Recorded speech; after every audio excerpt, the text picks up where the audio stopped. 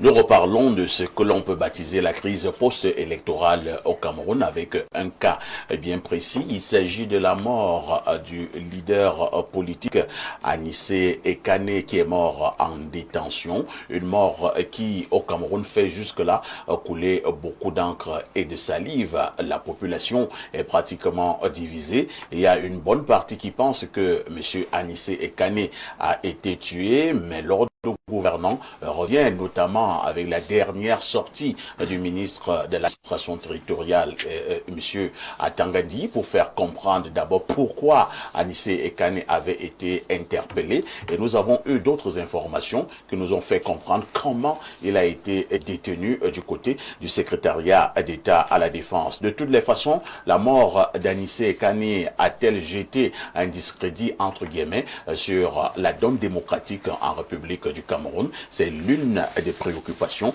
dans le cadre justement de ce programme. Je commence par Chantal Roger Thielé. Anissé Ekane, selon l'Ominat, a été interpellé pour des faits extrêmement graves. Il parle là de la rébellion contre la République, il parle de l'incitation à la haine, il parle du financement d'une insurrection, il parle de trafic de drogue. Je vous passe la parole de manière générale pour nous faire comprendre quel a été votre commentaire et votre analyse pour l'instant de la mort d'Anissé Ekane en détention. D'abord, je voulais commenter l'attitude de l'intervention du ministre de l'administration. Il a, pour se faire entendre, appelé un journaliste en retraite depuis 20 ans. Vous avez un problème quand un journaliste est en retraite? Je vous parle là de sociopolitique. Et je vous parle d'une profession que je connais, le journalisme. Il a donc fait intervenir un journaliste en retraite avec des méthodes de la retraite, avec des méthodes passées. Il a fait son interview dans un coin, pas faire ici, vous êtes un brillant journaliste, et sur une table qui a 2 chaises. La discussion n'était pas possible, c'était une communication. Avec, sur la droite de la table, du bois. Le bois, c'est-à-dire l'incompréhension dans le métier que nous faisons. C'était mal pensé, mal organisé et mal orchestré. Le bois, c'est la surdité. Le journaliste, M. Jean Atangana, est en retraite depuis 20 ans, donc dépassé des méthodes actuelles. Et puis le ton martial de celui qui parlait était... Est-ce que c'est vraiment important, Chantal Roger? Très important, vous allez voir. Est-ce que nous avons besoin de savoir que Jean Atangana soit en retraite ou pas? Est-ce que c'était nécessaire, ces sorties du ministre? Voilà là où je voulais arriver. Allons-y. Eh bien, vous avez demandé mon avis sur M. Anissé Ekane, que j'ai très bien connu. Le docteur Mbok le sait. Nous avons travaillé très longuement pendant ces élections présidentielles, particulièrement après que M. Kamto ait été débouté. Je sais donc un peu de qui je parle. Je peux vous assurer que les propos du ministre de l'administration territoriale sont les siens. Ses sources sont les siennes. Permettez que j'aie les miennes. Le siège du Manidem, on parle pour de vrai, n'est-ce pas, qui est encerclé depuis la proclamation des résultats, encerclé par des hommes en civil et en tenue. Comment a-t-on pu transporter des camions de tramol ou de je sais pas quoi, des cartons pour les introduire là-bas de tramol? Quand il est difficile, même par ces temps de deuil, d'y accéder, comment est-ce possible? Le moment est achevé où on disait aux gens, voyez vous-même, c'est écrit sur ce papier, monsieur Conchou, pardon, et quand vous vous approchiez, vous aviez une demande d'explication. Qu'on nous dise comment le tramol est entré, qui a fait entrer le tramol? 1. 2. C'est sans doute qu'il avait des engagements politiques. Quelqu'un a dit, oui, le Minat, qu'à son âge, on ne s'engage pas politiquement. Je suis désolé, mais quand on a des convictions, des ambitions, M. Ekane Anissé a des enfants qui sont depuis longtemps trentenaires. Ce n'est plus pour lui qu'il se battait, mais sa cause, c'est bien le Cameroun. C'est qu'il a mis de côté ses intérêts personnels. Comment peut-on arrêter une cause qu'on croit noble parce qu'on a un âge? Comment peut-on demander une chose et son contraire? On nous a dit ici que l'âge du président Biya n'était pas à remettre en question tant qu'il pouvait réfléchir pour le bien-être du Cameroun. Pourquoi veut-on refuser ceci à M. Ekane Anissé, qui lui a choisi de défendre ses intérêts politiques et ceux du Cameroun? On a parlé également des hélicoptères. Je voulais passer sur le caractère grossier, pardon de me reprendre, mais c'est l'emphase, du caractère grossier de cette grossièreté. M. Ekane n'est pas mort dans son lit. Il faut que nous ayons la pudeur qui va avec la dignité et la vie humaine. Justement, du fait de son âge, que faisait un vieillard de 74 ans, très gravement malade, comme on l'a dit, de ses poumons, dans une cellule du CED, qui a voyagé dans des conditions épouvantables de Douala à Yaoundé? Y a-t-il plus de barrières à ne pas franchir du fait de la politique? Vous savez, j'ai été interpellé plusieurs fois, je suis contre le régime de M. Biya sans doute. Mais il ne me viendra jamais de parler de son âge, ni de sa famille. Et Dieu sait qu'il y a des choses à dire. Mais à ce qu'on appelle la pudeur, ce que vous appelez en journalisme l'éthique et la déontologie, peut-on tout dire? Doit-on tout dire? Je rends ça sur la praxis de M. le Minat. Peut-on tout faire? Doit-on tout faire? Du fait qu'on a le pouvoir de décider pour les autres. Précisément celui qui décide pour les autres doit avoir en conscience le bien-être de tout le monde. Tiens, on revient sur le bien-être. Le fait du malaise, le professeur Onangini, qui est un frère et un ami, l'a cité, l'a dit tout à l'heure, il s'agit d'un mauvais partage. Très peu ont tout pris et beaucoup n'ont rien. Et quelques personnes, dont Ekane Anissé, se sont levées pour dire non, il faut mettre fin à ce système qui appartient à très peu de personnes. Voyez-vous, monsieur Aïssi, chaque fois qu'on dit, il faut préserver la paix. Elle est importante, la paix. Mais quelle paix? Il ne s'agit pas de paix. Il s'agit de préserver l'ordre établi, où certains mangent seuls et pas les autres. C'est de ça qu'il s'agit. La moindre contestation de cet ordre établi, qui est un ordre injuste, devient ce qu'ils ont appelé par moments défier les lois de la République. Il me semble que c'est même devenu criminel et qu'on vous envoie au tribunal militaire. Vous allez chuter. D'avoir dit non, le Cameroun ne doit pas être gouverné comme cela. Je vais chuter en disant que je vous trouve courageux de mettre un tel thème à votre émission. Je connais votre liberté de ton. Je salue votre président directeur général pour cela. Qu'on n'est presque plus en sécurité au Cameroun quand on donne seulement son avis. Quand on dit seulement ce qu'on pense. Pour l'instant, vous êtes en train de dire ce que vous pensez. Hein? Je ne sais pas si vous serez interpellé. J'avais dit que je suis très à l'aise ici et que j'honorais, et vous-même, de votre, je mets des guillemets, votre témérité et votre courage d'accepter qu'il y ait cette pluralité et que des gens comme moi viennent dire ce qu'ils pensent. Parce que moi, je pense qu'on ne traite pas ainsi les hommes. La politique, on l'a fait pour les intérêts des hommes. Vous savez, ministre, c'est serviteur du peuple. Ministre, ce n'est quand même pas shérif, ce n'est quand même pas Moulinex. Merci, hein, Chantal Roger, Valère Bessala. Je vous suggère d'aller directement à la problématique inscrite à l'ordre du jour. La mort d'Anissé Ekane épine dans la chaussure du pouvoir? Mais bien sûr. Vous me demandez pourquoi vous voulez me diriger d'aller droit au sujet. Vous ne voulez pas qu'on parle de celui qui a parlé? Allez-y. Ben oui, je crois que... Je veux prendre ce que les membres, Nétu le disait tout à l'heure. Vous avez parlé de la liberté d'expression. Tout à fait. C'est l'expression qui est libre. Mais ceux qui s'expriment ne sont pas libres au Cameroun. Ah bon? C'est ça qu'il faut comprendre. Parce qu'il finit de parler là. Qu'est-ce qu'il nous dit que quand il va sortir là? On ne va pas le convertir. De toutes les façons, ce n'est pas le sort qui lui sera. C'est l'expression qui est libre, mais c'est ceux qui s'expriment qui ne sont pas libres. Mais vous allez donc voir que votre question se résume. Vous avez résumé parfaitement, je crois, la sortie de monsieur dont vous parliez tout à l'heure.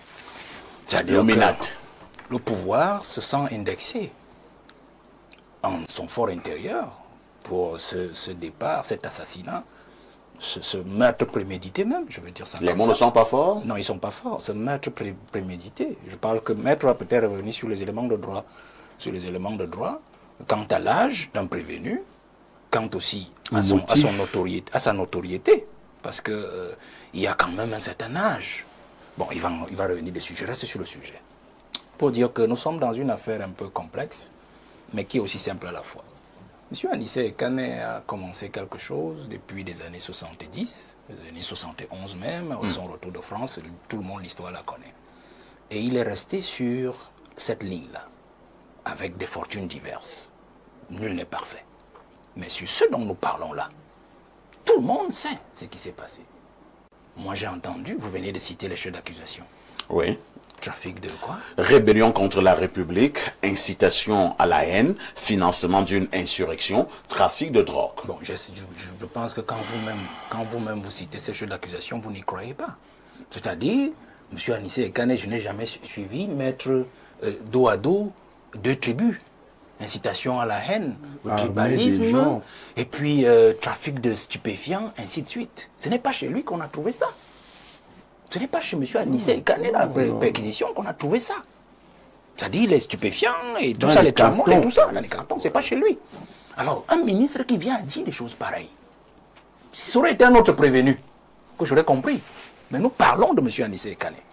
Bon, la rébellion, on sait que c'est des termes bateaux.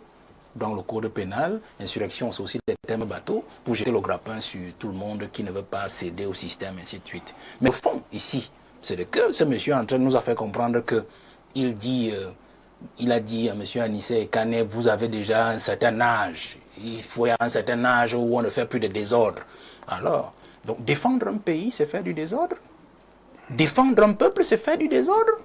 Est-ce qu'être plus désordonné, celui qui vole l'argent de l'État ou celui, en fait, qui défend les intérêts de l'État? Vous voyez? Et je vais vous dire, vous qui parlez des stupéfiants, c'est pas pour rigoler. Hein. Non, c'est pas moi, hein, c'est le ministre. Non, c'est pas pour rigoler. Hein. Ce que je vais dire là tout à l'heure, c'est pas pour rigoler. Je suis très sérieux. Attachez vos ceintures. Vous savez que cette affaire de stupéfiants là, les ministres là, sont les premiers consommateurs de stupéfiants? Ah non, non, je vous ai demandé d'attacher vos ceintures. Il faut faire attention. Ça veut dire que vous ne l'avez pas attaché. Est-ce que vous savez que... Non, je vous le dis clairement. Et je vous ai dit, vos sujets sur cette journée me font parler de mes expériences. Vous avez vu un ministre en train de consommer des stupéfiants? On met un grappin sur le terrain à un individu, à un dealer. Et puis, le commandant de compagnie vous appelle, il vous dit, monsieur le préfet, je ne comprends pas, mon téléphone là, mon patron m'appelle, il me faut libérer. J'ai dit, on fait le listing, on envoie Orange, réquisition, MTN, réquisition. Et on se rend compte que c'est les numéros des ministres, des numéros des sénateurs, des numéros des députés, qui veulent qu'on élargisse le dealer. C'est que vous dites suffisamment grave. Allez. Ah non, je vous fais aller ici à, vous appelez ça comment, en Kondongola, en face de, la boulangerie, l'Acropole. La petite montée Zoé là. Il y a un dealer là qui est officiellement connu. Tous les jeunes là viennent se ravitailler, donnent dans tout Yaoundé. On a parlé des camionneurs tout à l'heure, non? Vous comprenez? Prenez-le, amenez-le dans une cellule et vous me dites s'il y passera la nuit. Donc vous dites quoi? Vous dites que voilà les véritables problèmes qu'on a aujourd'hui. Quand on peut dire que M. Anissé Kane transporter ce genre ou bien garder ce genre de choses là.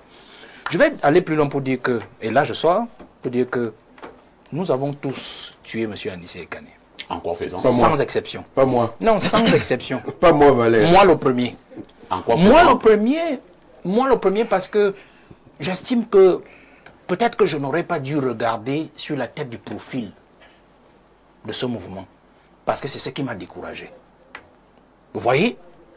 Si je n'avais pas regardé la tête du profil qu'ils avaient choisi pour porter ce changement, certainement que moi aussi je serais à ses côtés. J'aurais été à ses côtés. Donc je me sens, je sens la voix trahie.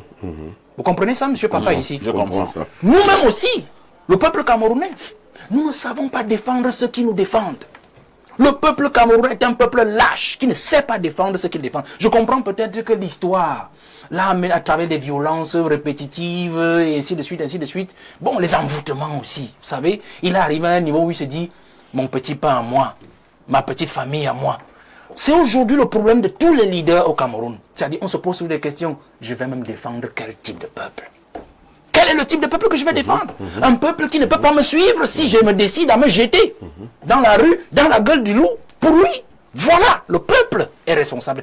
Voilà, Anissé est parti, l'aîné Anissé. Le peuple a fait quoi? On est tous derrière les téléphones, on pianote, on insulte, on s'indigne, on fait ceci. Est-ce qu'on ne peut pas justement encore vous taxer d'incitation à la... Vous m'avez posé une question, je la règle, monsieur. Et je dis donc ceci, voilà un peuple qui aurait dû déjà se soulever. et de dire à Paul Biya, si vous ne virez pas, si vous ne virez pas toute la chaîne de commandement, jusqu'au secrétaire d'État, le professeur Diato, là, moi j'ai rien contre Galax et Toga. Mais dans les minutes, vous vous rendez compte que la gendarmerie a agi à l'insu du ministre de la Défense. Parce que c'est le ministre de la Défense qui doit commander ce genre d'opération-là, surtout lorsqu'elle est politique. Mais la gendarmerie n'a pas tenu compte de l'avis, n'a pas pris l'avis du ministre. Quand je dis même prendre l'avis, demander l'autorisation du ministre. Et on s'est retrouvé dans une situation où le ministre de la Défense est obligé de faire signer un communiqué par le CELCOM du MINDEF. Vous avez vu même dans son langage, parce que c'est un homme de terrain. C'est un homme qui a fait toutes ses classes. En fait, quand je parlais de toutes ses classes, regardez l'attitude du ministre qui a fait toutes ses classes, et regardez le secrétaire d'État qui n'a pas fait toutes ses classes. Donc, pour qui travaille donc le secrétaire d'État à la Défense? Pourquoi on en arrive à ce point?